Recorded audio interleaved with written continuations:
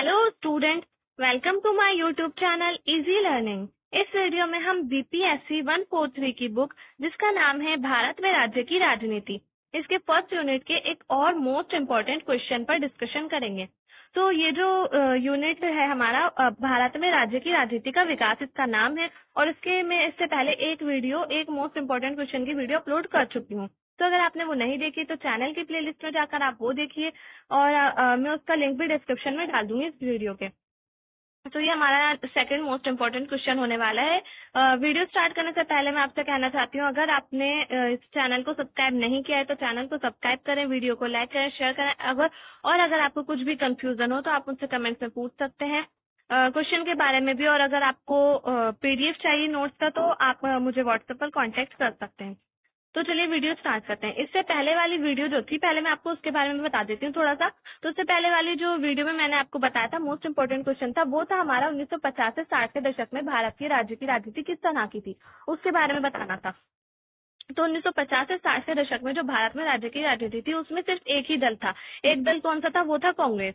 Congress party एक ही दल था पूरी केंद्र में भी और राज्य में भी। तो कांग्रेस एक पार्टी ही राज्यों को भी कंट्रोल करती थी और केंद्र को भी कंट्रोल करती थी। तो हमने उसमें ये पढ़ा था कि कांग्रेस का प्रभुत्व था दलीय व्यवस्था में, और इसलिए एक दलीय व्यवस्था भी हम उसको कह सकते हैं। उस समय को हम एक दलीय व्यवस्था के रूप में भी देख सकते हैं।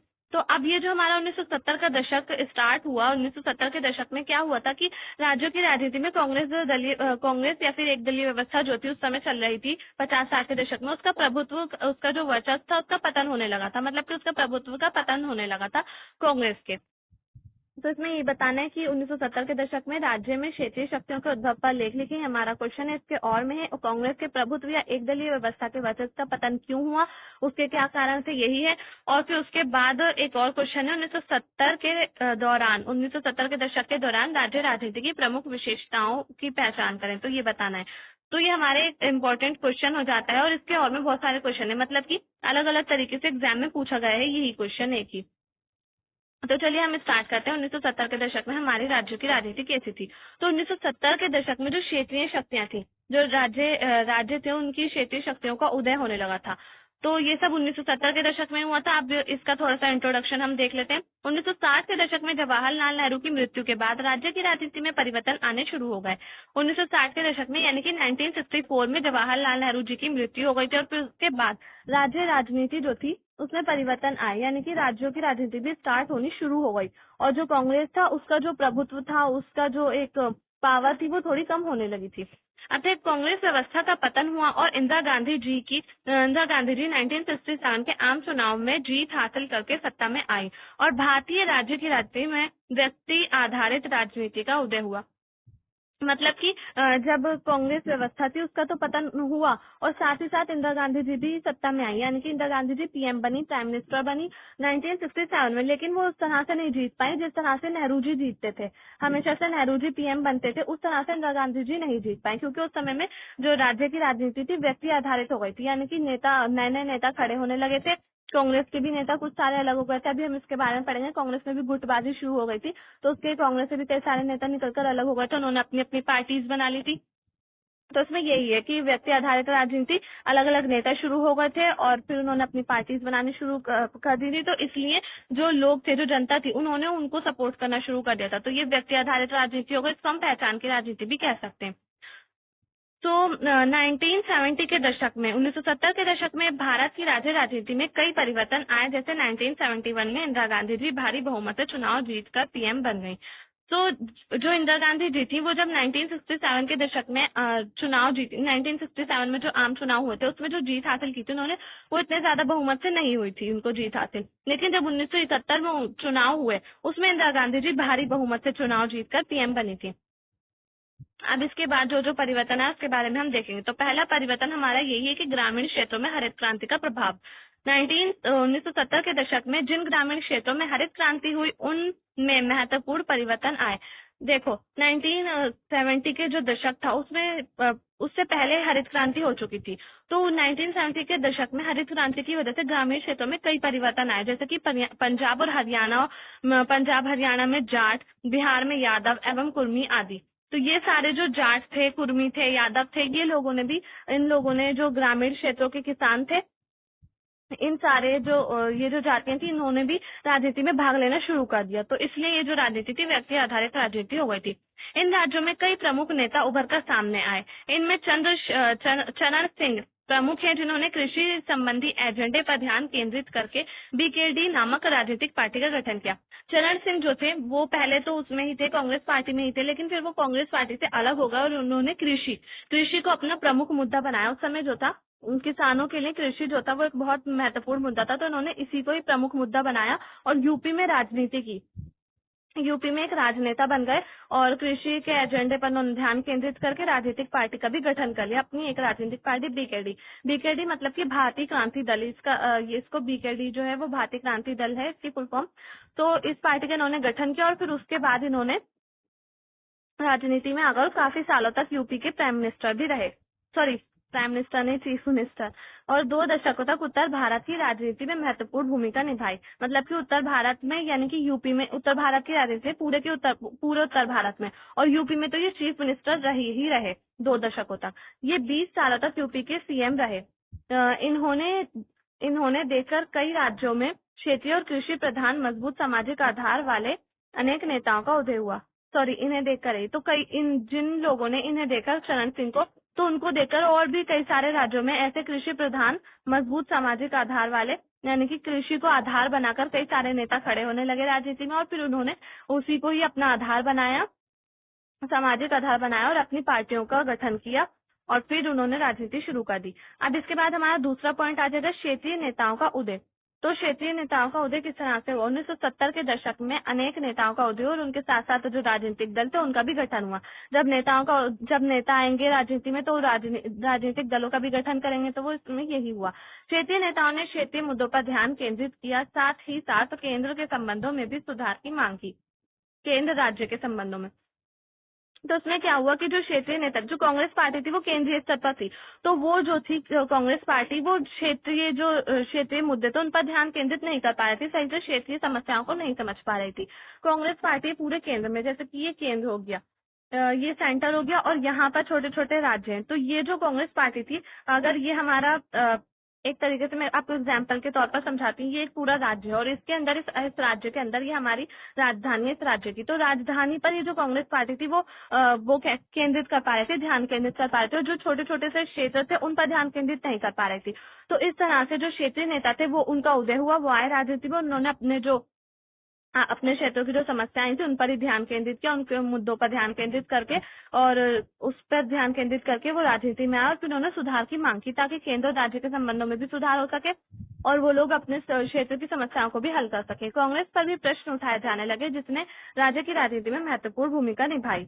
तो जब कांग्रेस पर प्रश्न उठने लगे तो राज्यों की राजनीति की वहीं से ही शुरुआत होने लगी, क्योंकि पहले जो थी कांग्रेस का ही प्रभुत्व था। कांग्रेस जो राज्य नेता होते थे वो कांग्रेस को, केंद्रीय स्तर की जो कांग्रेस होती थी उसको कुछ नहीं कहते थे, क्योंकि वहां पर भी कांग्रेस के ही नेता होते थे राज्यों में भी। लेकिन जब राज्यों में दूसरी राजनीतिक पार्टियों के नेता आने लगे तो उन्होंने कांग्रेस पर प्रश्न उठाने, सवाल उठाने शुरू कर दिए। अब हमारा तीसरा आ जाएगा जनता पार्टी का गठन। तो जनता पार्टी का गठन जो हुआ था वो जेपी नारायण ने किया था, बहुत सारी पार्टीज को मिलाकर जनता पार्टी का गठन किया गया था। तो ये आपातकाल के बाद हुआ था। आपातकाल के दौरान अनेक क्षेत्रीय या फिर राज्य नेता भी हम कह सकते हैं, राज्य नेता और राष्ट्रीय नेता, कई सारे राष्ट्रीय नेता हम उनको कह सकते हैं जो कि कांग्रेस पार्टी में थे और वो लोग कांग्रेस पार्टी की जो नीतियां थी उनसे अलग होने लगे थे। कांग्रेस में गुटबाजी शुरू हो गई थी, इंदिरा गांधी को पसंद नहीं करते थे, वो खुद से नेता बनना चाहते थे, पीएम बनना चाहते थे, तो इसलिए उन्होंने कांग्रेस को छोड़ दिया और फिर उन्होंने बहुत सारे क्षेत्रीय नेताओं ने, राष्ट्रीय नेताओं ने मिलकर एक साथ कांग्रेस के खिलाफ एकजुट हो गए और उन्होंने कांग्रेस के खिलाफ आवाज उठाई और फिर जनता पार्टी का उन्होंने गठन किया। तो इन क्षेत्रीय व राष्ट्रीय दलों ने मिलकर जनता पार्टी बनाई और केंद्रों तथा राज्यों में अपनी सरकारें बनाई, साथ ही जनता के लिए कई महत्वपूर्ण योजनाओं को भी लागू किया। तो ये तो जनता पार्टी थी, ये क्षेत्रीय नेता और राष्ट्रीय दलों के नेताओं ने मिलकर बनाई थी ताकि वो कांग्रेस के खिलाफ आवाज उठा सके और जनता के लिए महत्वपूर्ण काम कर सके। इन्होंने अपनी जनता पार्टी बनाने के बाद जो लोग थे, जनता थी, उनके लिए भी महत्वपूर्ण काम की, योजनाएं लागू की और राज्य की राजनीति को उन्होंने मजबूत बनाने में भी महत्वपूर्ण भूमिका निभाई। तो ये पॉइंट भी आपको समझ आ गया होगा। थर्ड पॉइंट हमारा जनता पार्टी का गठन क्यों हुआ था। जनता पार्टी का गठन क्षेत्रीय और राष्ट्रीय नेताओं ने मिलकर किया था और कांग्रेस के खिलाफ किया गया था। तो ये पॉइंट आपको समझ आ गया होगा। अब इसके बाद है मंडल आयोग। तो जब जनता पार्टी की सरकार बन गई तो मंडल आयोग हमारा ओबीसी के लिए बनाया गया था। जो पिछड़े वर्ग होते हैं उनके लिए मंडल आयोग की जो रिपोर्ट थी वो पेश की गई थी। दलितों ने आंदोलन किए थे, बहुत ज्यादा आंदोलन किए थे, और उसके बाद मंडल आयोग बनाया गया था। जनता पार्टी ने मंडल आयोग बनाया था और फिर उसके बाद ओबीसी का मुद्दा सामने आने लगा था। तो जनता पार्टी की सरकार ने मंडल आयोग की नियुक्ति की, जिसके तहत बिहार तथा यूपी में पिछड़े वर्गों के लिए राजनीति में आरक्षण की शुरुआत की गई। तो मंडल आयोग इसलिए ही बनाया गया था ताकि जो पिछड़े वर्ग हैं, दलित हैं, इन लोगों को भी राजनीति में भाग लेने दिया जाए, यानी कि राजनीति में आरक्षण मिल सके इनको भी, और ये राजनीति कर सके, मतलब राजनीतिक पार्टीज बना सके और अपने जो समस्याएं हैं उनको हल कर सके राजनीति में आकर, क्योंकि ये वैसे बिना राजनीति में आए अपनी समस्याओं को हल नहीं कर सकते थे। इसलिए इन्होंने आंदोलन करने शुरू कर दिए और इसी वजह से मंडल आयोग बनाया गया। और मंडल आयोग बनाने के बाद इनको आरक्षण भी मिल गया। मंडल आयोग बनाने के बाद ओबीसी जो बनाया गया, SC ST, उसमें इनको आरक्षण दिया गया। इस आरक्षण ने राज्य व राष्ट्रीय राजनीति में दोनों में महत्वपूर्ण रुझान पैदा किए। मतलब कि जब मंडल आयोग बना दिया गया और ओबीसी SC ST बना दिया गया, तो उसके बाद राज्य राजनीति जो थी और राष्ट्रीय राजनीति दोनों में ही दलित जो थे, ओबीसी SC ST सब लोग आने लगे थे इसमें। तो इस तरह से जो राज्य राजनीति थी वो बहुत ज्यादा महत्वपूर्ण हो गई थी। सभी लोगों ने राज्य राजनीति में सभी तबके के लोगों ने राज्य राजनीति में भाग लेना शुरू कर दिया था। अब इसके बाद है सरकारी आयोग। तो राज्य स्तरीय नेताओं और दलों ने इंदिरा गांधी के नेतृत्व तथा कांग्रेस को चुनौती दी, साथ ही केंद्र राज्य संबंधों को मजबूत बनाने की भी मांग की।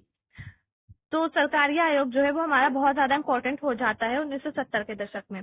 अतः केंद्र राज्यों के संबंधों में संशोधन के लिए 1983 में सरकारी आयोग का गठन किया गया, जो राज्य की राजनीति में एक महत्वपूर्ण घटना थी। तो सरकारी आयोग का गठन क्यों किया गया था? केंद्र और राज्य के जो संबंध थे वो उस समय इतने ज्यादा मजबूत नहीं थे जितने कि आज के समय में है। तो केंद्र और राज्य के संबंध, राज्यों को, केंद्र को जो है ज्यादा शक्तियां दी गई थी, राज्य को कम। तो उसमें बताया सरकारी आयोग में ये कहा गया था कि ताकि केंद्र और राज्य के संबंधों में मजबूती पैदा की जा सके, इसलिए इसका गठन किया गया था सरकारी आयोग का। तो ताकि राज्यों को भी ज्यादा शक्तियां दी जा सके, इसलिए सरकारी आयोग बनाया गया था। तो ये एक महत्वपूर्ण घटना थी और ये जो सारी कोशिशें की जा रही थी कांग्रेस के खिलाफ की जा रही थी। इस तरह इन सारी ये जो जनता थी वो मिलकर काम कर रही थी, कोशिशें कर रही थी। तो ये सब कांग्रेस के खिलाफ थी और कांग्रेस का प्रभुत्व का पतन हो रहा था इस समय में, इंदिरा गांधी जी के खिलाफ हो रहा था ये सब कुछ। तो ये आपको लोगों को समझ आ गया होगा सरकारी आयोग। अब इसके बाद है हमारा भारतीय पातकाल। तो भारतीय पातकाल क्यों लगाया गया था और क्या हुआ था इसमें, तो इसके बारे में हम पढ़ लेते हैं थोड़ा सा। आर्थिक और सामाजिक समस्याओं के साथ भ्रष्टाचार के आरोपों ने पूरे भारत में राजनीतिक अशांति फैला दी, जिसके कारण बिहार में आंदोलन हुए। क्या हुआ था उस समय जब इंदिरा गांधी जी की सरकार बन गई थी 1971 में, तो उसके बाद जो हमारा आपातकाल लगा था, भारतीय आपातकाल 1975 में लगा था। तो इंदिरा गांधी जी की सरकार बनने के बाद उस समय आर्थिक तौर पर हमारा जो देश था वो कमजोर हो रहा था, सामाजिक समस्याएं भी उठने लगी थी और जो लोग थे, नेता थे, उन लोगों को ऐसा लगने लगा था कि कांग्रेस पार्टी में भ्रष्टाचार हो रहा है, बहुत ज्यादा भ्रष्टाचार बढ़ गया। तो इसकी वजह से लोग जो थे, जो नेता थे, एक दूसरे पर ही आरोप लगा रहे थे, कांग्रेस के अंदर ही के आरोप लगा रहे थे भ्रष्टाचार का। तो जिसकी वजह से कई सारे नेता ऐसे थे जो कांग्रेस से बाहर आ गए और उन्होंने अपनी अपनी पार्टीज का गठन, अपने अपने दलों का गठन करके और अपनी पार्टीज बना ली और फिर राजनीति में आ गए वो लोग। तो जिस कारण क्या हुआ था, जो भ्रष्टाचार हो रहा था, राजनीतिक अशांति फैल रही थी और इसी कारण कई बार आंदोलन भी हुए। बिहार में आंदोलन हुआ और जेपी आंदोलन के नाम से जो जो जयप्रकाश नारायण थे उन्होंने भी एक आंदोलन किया था। तो वो बहुत बड़े स्तर पर हुआ था जेपी आंदोलन, उसको हम जेपी आंदोलन भी कहते हैं। तो इस समय बिहार में आंदोलन में पूरे देश में हड़ताल और धरने प्रदर्शन किए गए। जेपी नारायण के नेतृत्व में सभी राजनीतिक दल एकजुट हो गए। इंदिरा गांधी को सत्ता से हटाने के लिए जेपी नारायण ने सेना को भी बुला लिया। तो मैंने अभी आपको बताया जो जेपी नारायण थे, तो इन्होंने भी एक आंदोलन किया पूरे देश में और पूरे देश में ये जो आंदोलन था बहुत बड़े स्तर पर हुआ था, जिसकी वजह से पूरे देश में हड़तालें हुई थी, धरने प्रदर्शन हुए थे। और जो जेपी नारायण थे, जयप्रकाश नारायण, उन्होंने इंदिरा गांधी जी को भी सत्ता से हटाने के लिए सेना को बुला लिया था ताकि वो इंदिरा गांधी जी को सत्ता से हटा दें, यानी कि पीएम की कुर्सी पर से हटा दें। तो इंदिरा गांधी जी जो थी वो पीएम थी और वो हटना नहीं चाहती थी, तो इसलिए उन्होंने 1971 में उन्होंने ये वो बताया कारण कि कानूनी व्यवस्था टूट रही है और मैं इसको बचाना चाहती हूँ और इसलिए राष्ट्रीय सुरक्षा को भी बचाना चाहती हूँ, इसलिए उन्होंने आपातकाल लगा दिया। तो आपातकाल इसलिए ही लगा था 1975 में, उन्हें ऐसा लग रहा था कि कानूनी व्यवस्था टूट रही है। सो ये आप लोगों को समझ आ गई वाला पॉइंट, आपातकाल कब लगा था और क्यों लगा था। और 7 पॉइंट है हमारा क्षेत्रीय नेताओं का राष्ट्रीय राजनीति में प्रवेश। अब जो कई सारे क्षेत्रीय नेता ऐसे थे जो राष्ट्रीय राजनीति में भी प्रवेश कर गए, मतलब कि क्षेत्रीय राजनीति में उन्होंने इतनी महत्वपूर्ण भूमिका निभाई कि वो राष्ट्रीय राजनीति तक में पहुंच गए। आपातकाल के बाद क्षेत्रीय नेताओं जैसे चरण सिंह का राष्ट्रीय राजनीति में प्रवेश हो गया। चरण सिंह जो थे वो 20 सालों तक यूपी के सीएम बने, लेकिन उसके बाद क्या हुआ कि चरण सिंह कुछ टाइम के लिए भारत के पीएम भी बने थे, यानी कि प्रधानमंत्री तक बन गए थे वो। तो चरण सिंह एक क्षेत्रीय नेता थे, तो वो कांग्रेस के ही पहले, फिर बाद में उन्होंने बीकेडी दल का गठन किया था और फिर उसके बाद वो यूपी के सीएम बन गए थे। यूपी के सीएम बनने के बाद वो कुछ समय के लिए वो भारत के भी पीएम बने थे, प्राइम मिनिस्टर बने थे।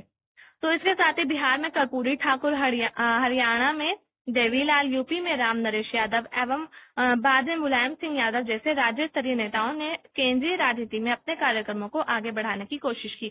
मतलब कि ये सारे जो नेता थे अलग अलग राज्यों के, उन्होंने महत्वपूर्ण भूमिका निभाई और राष्ट्रीय राजनीति तक में उन्होंने अपनी एक महत्वपूर्ण भूमिका बना ली थी।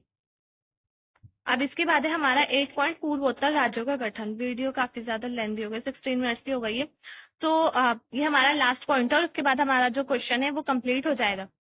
पूर्वोत्तर राज्यों का गठन। तो जब 1970 के दशक में क्या हो रहा था कि कई सारे राज्यों का भी गठन किया गया था। नॉर्थ ईस्ट भारत में, यानी कि उत्तर पूर्वी भारत में असम राज्यों को 1970 में कई राज्यों में विभाजित किया गया था, जो तब आसाम था। मतलब कि जो पूर्वोत्तर भारत था वहां पर कई सारे लड़ाई झगड़े हो रहे थे, दंगे फसाद हो रहे थे, तो इसलिए जो असम था उसको कई सारे राज्यों में विभाजित किया गया था, जैसे कि नागालैंड, मेघालय, मिजोरम, इन सारे राज्यों में उसको विभाजित किया गया था। तो उत्तर पूर्वी भारत उससे पहले जो था ये सारे राज्य असम का ही हिस्सा थे, उसके बाद में बनाया गया। तो उसमें उस समय क्या हुआ था कि 1971 का जब युद्ध हुआ था तो उस समय बहुत सारे जो बांग्लादेशी थे वो भारत में आ गए थे। तो जब वो भारत में आ गए थे तो थोड़े टाइम के बाद उनमें भारत के जो मूल निवासी थे उनमें और जो बांग्लादेश से आए हुए लोग थे उनमें भेदभाव होने लगा, मतलब लड़ाई झगड़े होने लगे और जो भारत के मूल निवासी थे उनको खतरा होने लगा कि बांग्लादेशी लोग जो है वो उनकी संस्कृति पर कब्जा कर रहे हैं, उनकी संस्कृति को दबाना चाहते हैं और उनको वहां से अगर वो उनको साथ ही रहेंगे तो उनकी संस्कृति खतरे में पड़ जाएगी। तो इसलिए उन्होंने दंगे फसाद हो रहे थे, वहां पर हिंसा भड़क रहा था और लोगों ने आंदोलन करने शुरू कर दिए थे, धरने प्रदर्शन हो रहे थे, जिसकी वजह से यहाँ पर आंदोलनों के बाद फिर राज्य का गठन हुआ था। तो 1963 में नागा हिल्स जिला जो था वहाँ उसको नागालैंड के नाम से बनाया गया, नागालैंड राज्य के नाम दिया गया। नागा हिल्स जिले में जो रहते थे लोग उन्होंने आंदोलन किया और फिर उसके बाद उसको नागालैंड के नाम से बनाया गया, भारत का 16वां राज्य बनाया गया। फिर 1970 में गारो, जयंतिया और खासी जिलों में स्वायत्त राज्य के लिए आंदोलन शुरू हो गए थे। तो गारो, जयंतिया, खासी ये जो जिले थे इनमें भी स्वायत्तता के लिए, यानी कि अपने निर्णय खुद लेने के लिए आंदोलन शुरू हो गए थे और अपना अलग राज्य की मांग कर रहे थे ये लोग भी। तो फिर उसके बाद 1972 में मेघालय नाम से एक और राज्य बनाया गया, इनको एक स्वायत्त राज्य दिया गया। अब इसके साथ ही अरुणाचल प्रदेश और मिजोरम को केंद्र शासित प्रदेशों के रूप में असम से अलग कर दिया गया है। जो अरुणाचल प्रदेश और मिजोरम इसको केंद्र शासित प्रदेश बना दिया गया, लेकिन 1986 में यानी कि 1986 में इन दोनों राज्यों को भी इन दोनों को राज्य बना दिया गया, मतलब केंद्र शासित प्रदेश थे उसके बाद इन्हें राज्य बना दिया गया 1986 में। तो गाइस ये क्वेश्चन हमारे यहाँ पर कंप्लीट हो जाता है और हमारे इस चैप्टर का एक और इम्पोर्टेंट क्वेश्चन है 1970 के दशक में भारत में राज्यों की राजनीति के प्रमुख लक्षण। तो उनके बारे में बताना है, ये हम नेक्स्ट वीडियो में कंप्लीट कर लेंगे और ये चैप्टर हमारा फिनिश हो जाएगा। ये वीडियो को हम यहीं पर एंड करते हैं। अगर आपको वीडियो पसंद आए तो प्लीज लाइक करें, शेयर करें, चैनल को सब्सक्राइब करना ना भूलें। थैंक्स।